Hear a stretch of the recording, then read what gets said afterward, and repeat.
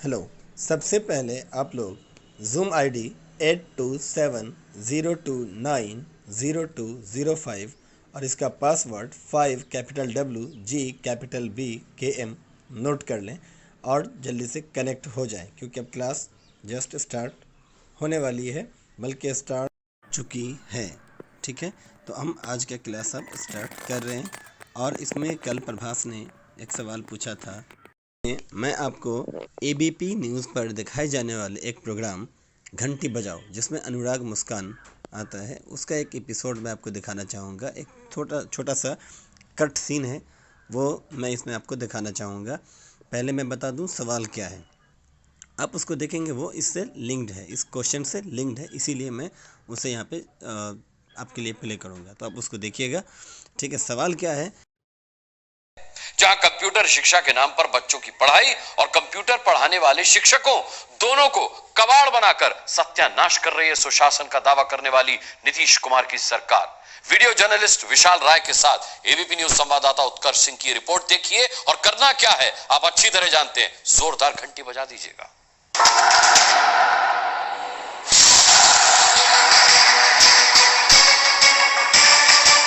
बिहार की राजधानी पटना का शास्त्री नगर इलाका, राजकीय कन्या उच्च माध्यमिक विद्यालय। लिखा है तमसो मां ज्योतिर्गमय, यानी अंधकार से प्रकाश की तरफ चलो पढ़ो। संवाददाता उत्कर्ष सिंह इस सरकारी स्कूल में यही जानने पहुंचे हैं, क्या 9वीं से 12वीं तक के बच्चों को कंप्यूटर शिक्षा के नाम पर अंधकार से प्रकाश की तरफ ले जाने की व्यवस्था है। कंप्यूटर प्रयोगशाला का ताला खोला जा रहा है। भीतर बिखरे सिस्टम के अंधेरे में घंटी बजाकर उजाला लाने की जरूरत क्यों है, देखिए। सरकारी स्कूल की कंप्यूटर लैब में 1 2 3 4 5 ये 6 7 8 9 10 11 12 कंप्यूटर रखे हैं, लेकिन धूल खाते ये कंप्यूटर और कंप्यूटर के माउस के पास सरकारी अंधेरगर्दी के चूहे की शौच बताती है कंप्यूटर शिक्षा के नाम पर सिर्फ धोखा है सरकारी स्कूल की कंप्यूटर लैब। बच्चों को कंप्यूटर शिक्षा देने वाला कीबोर्ड फांसी के फंदे पर लटका दिखता है, क्योंकि 500 दिन से ज्यादा हो गए और बिहार के सरकारी स्कूलों में बच्चों को कंप्यूटर शिक्षा देने वाले शिक्षक अपनी नौकरी के लिए अनशन पर बैठे हैं। कंप्यूटर शिक्षक जिंदाबाद जिंदाबाद जिंदाबाद, कंप्यूटर शिक्षक जिंदाबाद जिंदाबाद जिंदाबाद। इसीलिए बिहार में डिजिटल इंडिया और गरीबों के बच्चों के सपनों का सत्यानाश करने वाली सरकारी वजह की 2 तस्वीरें देखिए।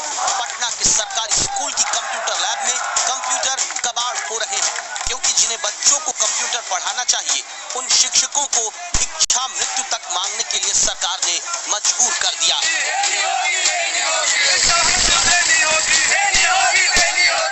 कंप्यूटर चलाने आता है आपको? आपको पता है कंप्यूटर क्या होता है? ना सर। धरने पे बैठे बैठे एक हमारे साथी का देहांत हो चुका है, उसी तरह हम लोग मरते जाएंगे और सरकार शायद इसका इंतजार कर रही है। पटना में नीतीश कुमार की नाक के नीचे के सरकारी स्कूल की कंप्यूटर लैब का ये हाल है, जहां सुशासन का माउस वर्षों से नहीं चला तो कुनीतियों के चूहों ने शौच करनी शुरू कर दी, क्योंकि बिहार के सरकारी स्कूलों में कंप्यूटर शिक्षा देने के नाम पर मजाक हुआ। 3 से लेकर 7 साल हो गए, बिना कंप्यूटर शिक्षकों के कंप्यूटर धूल खाने लगे, कबाड़ होते गए। कारण ये, जिन्हें बच्चों को कंप्यूटर पढ़ाने का जिम्मा दिया गया उन शिक्षकों का कॉन्ट्रैक्ट खत्म हुआ, सरकार ने आंखें मूंद ली।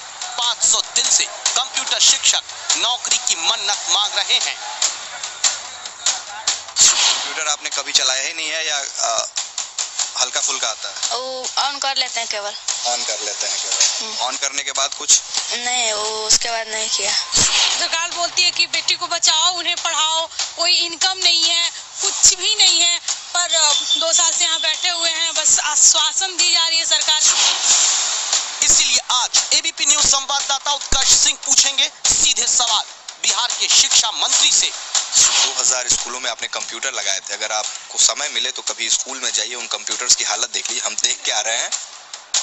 जनता का करोड़ों रुपए खर्च कर बच्चों को कंप्यूटर शिक्षा के नाम पर ठगने वाली सरकार की आज घंटी बजाइए। स्कूलों में कंप्यूटर को कबाड़ करके कंप्यूटर शिक्षकों को नौकरी के लिए तरसाने वाली सरकार की आज घंटी बजाइए।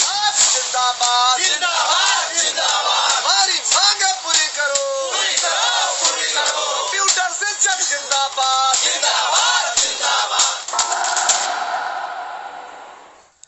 तो ये था सच बिहार के स्कूलों में कंप्यूटर शिक्षा को लेकर जो स्कीम, जो भी चीज़ें सरकार कह रही है वो दरअसल ज़मीनी सतह पर कितना सही है। और अब हम बात कर रहे हैं क्या पूरे बिहार के अंदर यही हालत है? जी हाँ, अगर सरकारी स्कूलों की बात करें तो शायद ऐसा ही है, लेकिन ऐसा नहीं है कि बिहार के अंदर लोगों को कंप्यूटर शिक्षा या कंप्यूटर के बारे में कोई भी अवेयरनेस, कोई भी जागरूकता या उसकी जानकारी या उसका नॉलेज या उस विद्या का ज्ञान नहीं। लेकिन ये जो भी ज्ञान है, इस ज्ञान के पीछे बिहार के सरकारी स्कूल की भूमिका नहीं के बराबर है। और अगर इस तरह की शिक्षा बिहार से मिल रही है तो इसके पीछे किन का हाथ है? इसके पीछे निजी संस्थान हैं, चाहे जो भी स्कूल हो, प्राइवेट स्कूल। जैसे अगर मैं दरभंगा की बात करूं तो यहाँ भी उडबाइन मॉडर्न स्कूल है, जेसस मीडिया एकेडमी है, ठीक है, और होली क्रॉस स्कूल है, होली मिशन स्कूल है। ऐसी बहुत तरह के ऐसे स्कूल हैं। डॉन बॉस्को स्कूल है, एंजल हाई स्कूल है, एंजल गर्ल्स हाई स्कूल है, और ऐसे न जाने कितने ही स्कूल खुले हैं जो अपने यहाँ कंप्यूटर शिक्षा को लेकर के भी पूरी तरह सजग है, जिस तरीके से वो अन्य विषयों को लेकर के सजग है। इस तरह का रवैया है उनका कंप्यूटर शिक्षा के साथ जैसा उनके अन्य विषयों के साथ है। आप इसको इस तरह समझ सकते हैं, बिहार में कंप्यूटर शिक्षा इतनी दोषपूर्ण क्यों है? मेरा ऐसा मानना है, जिस तरीके से आप जानते हैं बिहार के बच्चे, बिहारी सरकारी स्कूल के बच्चे, जिनके पास अंग्रेज़ी की भी नॉलेज उसी तरीके से मिलती है जैसे उनके पास कंप्यूटर की शिक्षा है। जिस तरह वो अंग्रेज़ी को समझते हैं, फेल नहीं होंगे, कंपलसरी सब्जेक्ट नहीं है तो वो उसको नहीं पढ़ते हैं, वो अलग बात है। +2 करने के बाद, इंटरमीडिएट करने के बाद वो जा कर के कहीं क्रैश कोर्स कर लेते हैं या फिर कहीं स्पीकिंग कोर्स कर लेते हैं, और उसके बाद भी रिज़ल्ट वही होता है कि वो उनकी अंग्रेज़ी कितनी सही होती है इसका पता आपको भी है। तो यही हालत उनका कंप्यूटर शिक्षा के साथ भी है। जब बाद में उनको जागरूकता होती है तो अपने पैसे के बिना पर वो कहीं ना कहीं किसी इंस्टीट्यूट के ज़रिए से उन चीज़ों को गेन करते हैं, अगर वो उन्होंने सरकारी स्कूल में इन चीज़ों को हासिल नहीं किया हुआ होता है तो। जैसे नीट है, ऐसे एप्टेक है, इस तरीके के कई संस्थान हैं। लेकिन इसकी मार झेलना पड़ता है गरीबों को, आम गरीब परिवारों को, जिनकी हैसियत उतनी नहीं है कि वो अपने बच्चों को प्राइवेट स्कूल के अंदर पढ़ा सकें। इसलिए इसका हल पूरी तरह से कभी भी निजी संस्थान के द्वारा नहीं हो सकता है। इसके लिए कहीं ना कहीं आज हो या कल या कभी भी तो सरकारों को ही सामने आना पड़ेगा, ताकि इसका एक परमानेंट सॉल्यूशन वो खोज सकें, ताकि गरीब परिवारों के भी मध्य वर्ग जो भी हैं, मध्यम वर्ग के लोग, उनके बच्चे भी हैं, उनको भी कंप्यूटर की शिक्षा अच्छी मिल सके, अंग्रेज़ी की शिक्षा अच्छी मिल सके, सभी विषयों की तरह से। इस पर सरकार को बहुत गौर करने की ज़रूरत है। इसके लिए सबसे पहले सरकारों को आगे बढ़ के आना होगा, ताकि वो इस दिशा में कुछ अच्छा अग्रणीय कार्य कर सकें। जैसे मैं उदाहरण के तौर पे बोलना चाहूँगा, दिल्ली सरकार ने पिछले 5 वर्षों के अंदर जिस तरीके से स्कूलों की काया पलट कर दी है, ये पूरे भारत में किसी से छिपा हुआ नहीं है। इसी तरीके से अगर बिहार सरकार भी चाहती है, इसके लिए सबसे पहले बिहार सरकार को स्कूल के इंफ्रास्ट्रक्चर को देखना पड़ेगा। जैसे मैं आपको उदाहरण दूँ, जीवछ घाट चौक पर स्थित जनता हाई स्कूल, ये बहुत बड़ा विद्यालय है, बहुत बड़ा स्कूल है, और अपने 8 पंचायत के बीच की सबसे बड़ी स्कूल के नाम से जानी जाती है। और यहाँ पे पढ़ने वाले बच्चे हैं वो काफ़ी दूर से यहाँ पढ़ने आते हैं। हैरत की बात यह है कि स्कूल की नई बिल्डिंग तो बनी है, लेकिन बेंच वगैरह की व्यवस्था अभी भी बहुत कम है, बहुत लचर व्यवस्था है। यहाँ पर बच्चे बोरे तक पर बैठते हैं। जब सारे बच्चे आते हैं, जिस टाइम स्कॉलरशिप का टाइम होता है, साइकिल वितरण का समय होता है, उस समय ख़ास तौर पे मैंने देखा है वहाँ के जो बच्चे होते हैं वो लोग बोरे पर बैठते हैं और पूरी तरह से स्कूल खचाखच भरा होता है।